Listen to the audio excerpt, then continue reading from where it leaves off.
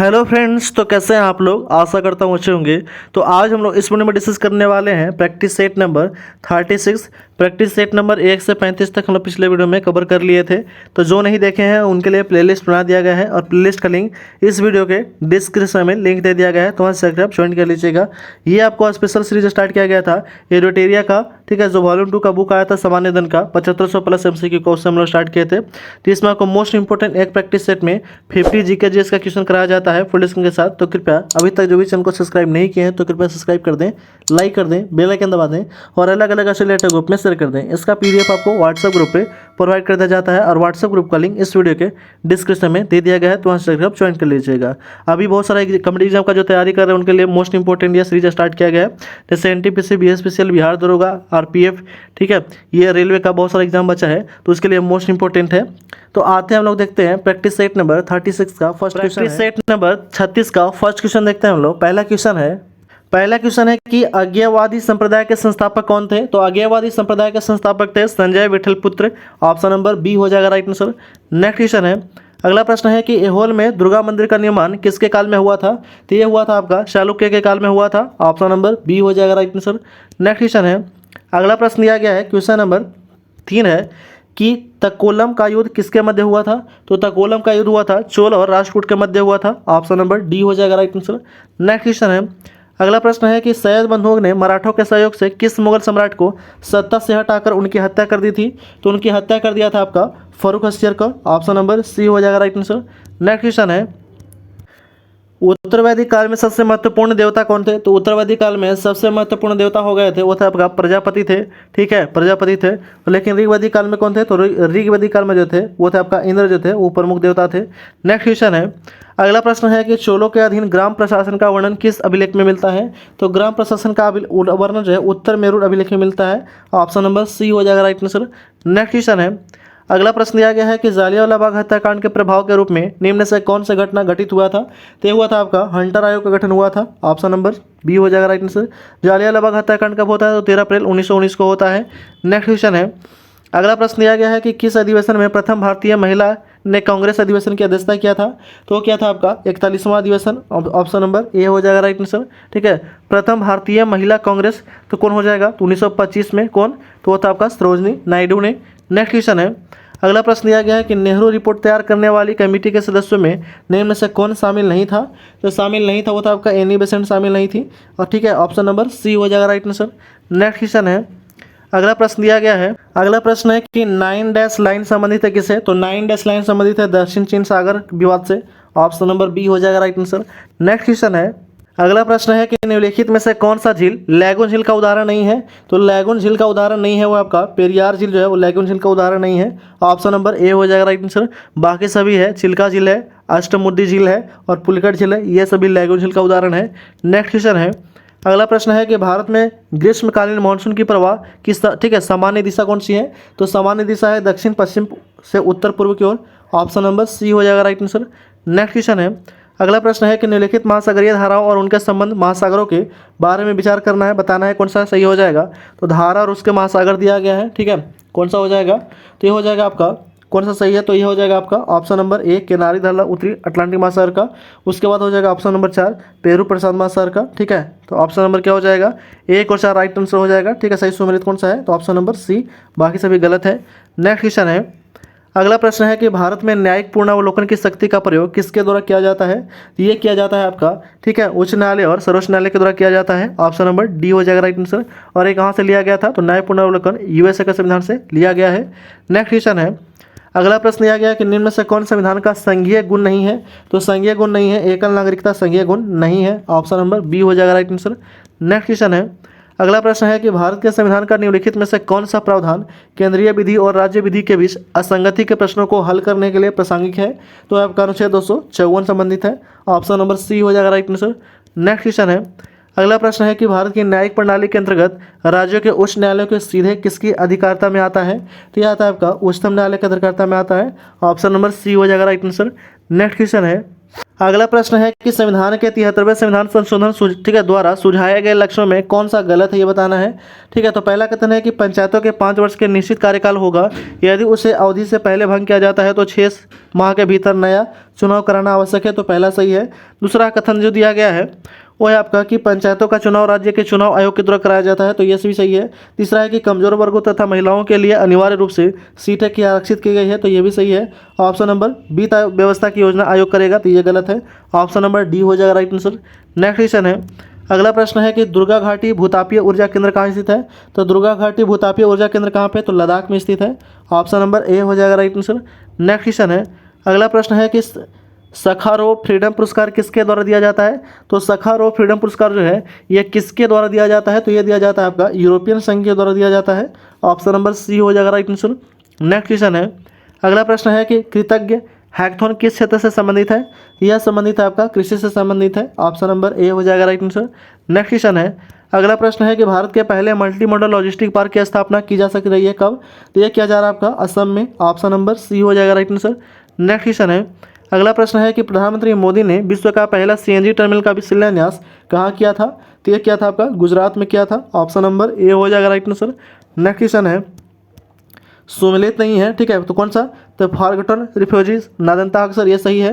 दूसरा है आपका द लिविंग माउंटेन पीसी बाला सुब्रमण्यम, तो यह सुमेलित नहीं है। डिवोर्स एंड डेमोक्रेसी सौम्य सक्सेना, तो ये सही है।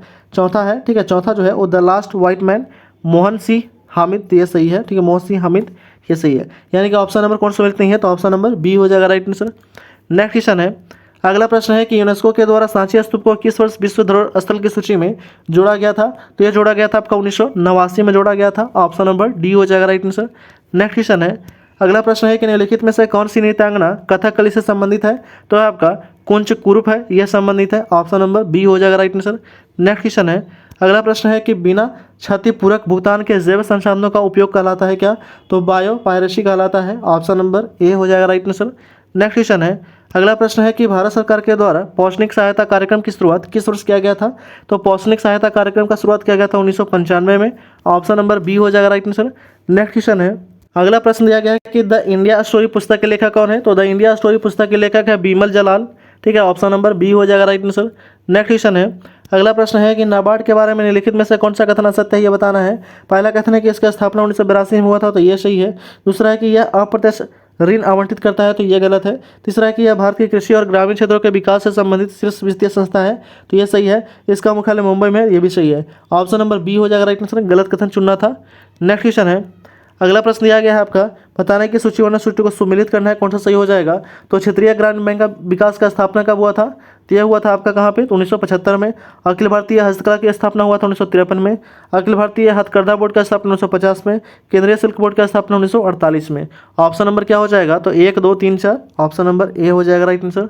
नेक्स्ट क्वेश्चन है, अगला प्रश्न दिया गया है कि फिएट मनी के संदर्भ में निम्नलिखित में से कथनों पर विचार करना, बताना कौन सा सही है। पहला कथन दिया गया है, ठीक है, कौन सा सही नहीं है यह कुछ बताना है। तो पहला कथन है, ठीक है, पहला कथन है कि यह एक मुद्रा जिसे सरकार के वैध मुद्रा घोषित किया है, तो पहला सही है।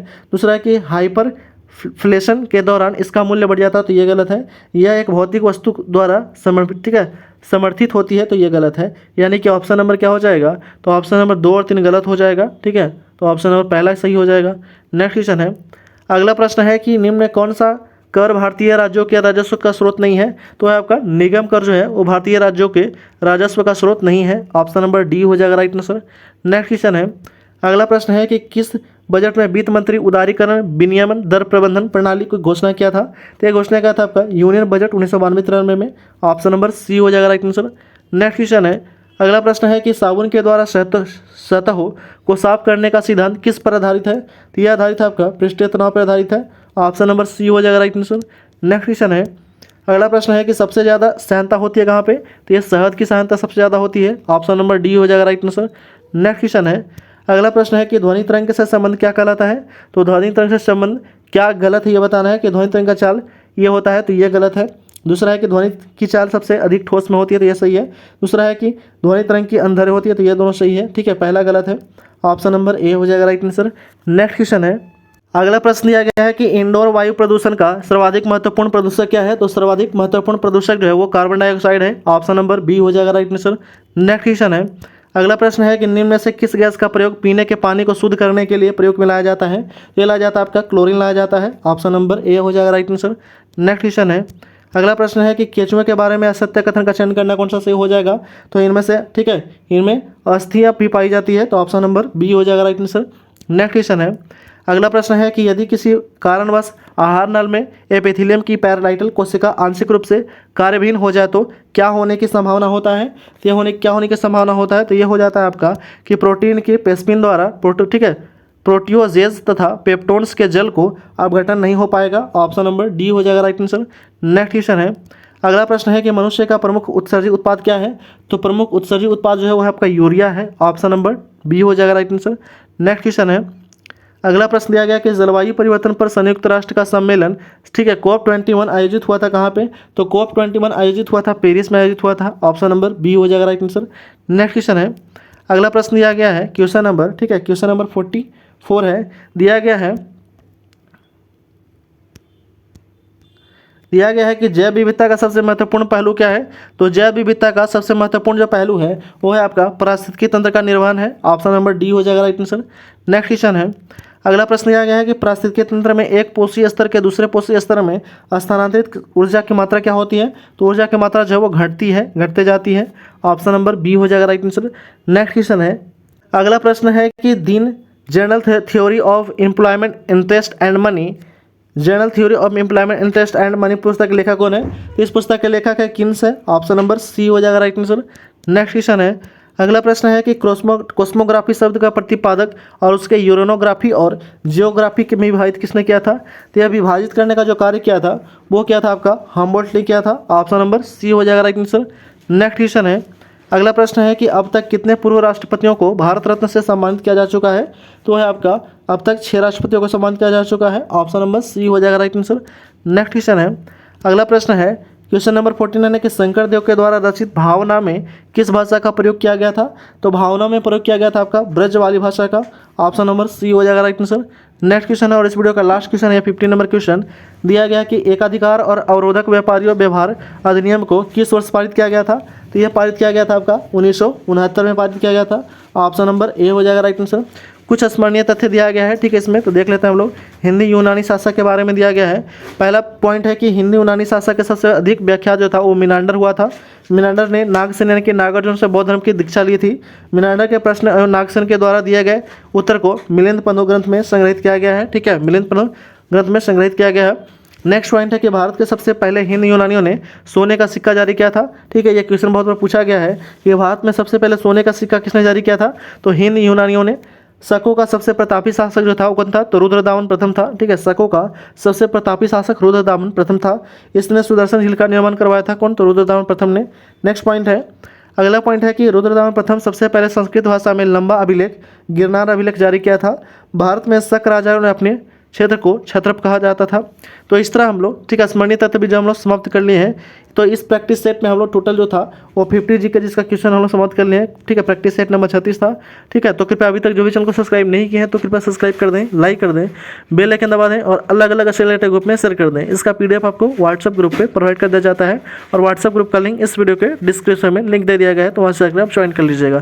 Thanks for watching.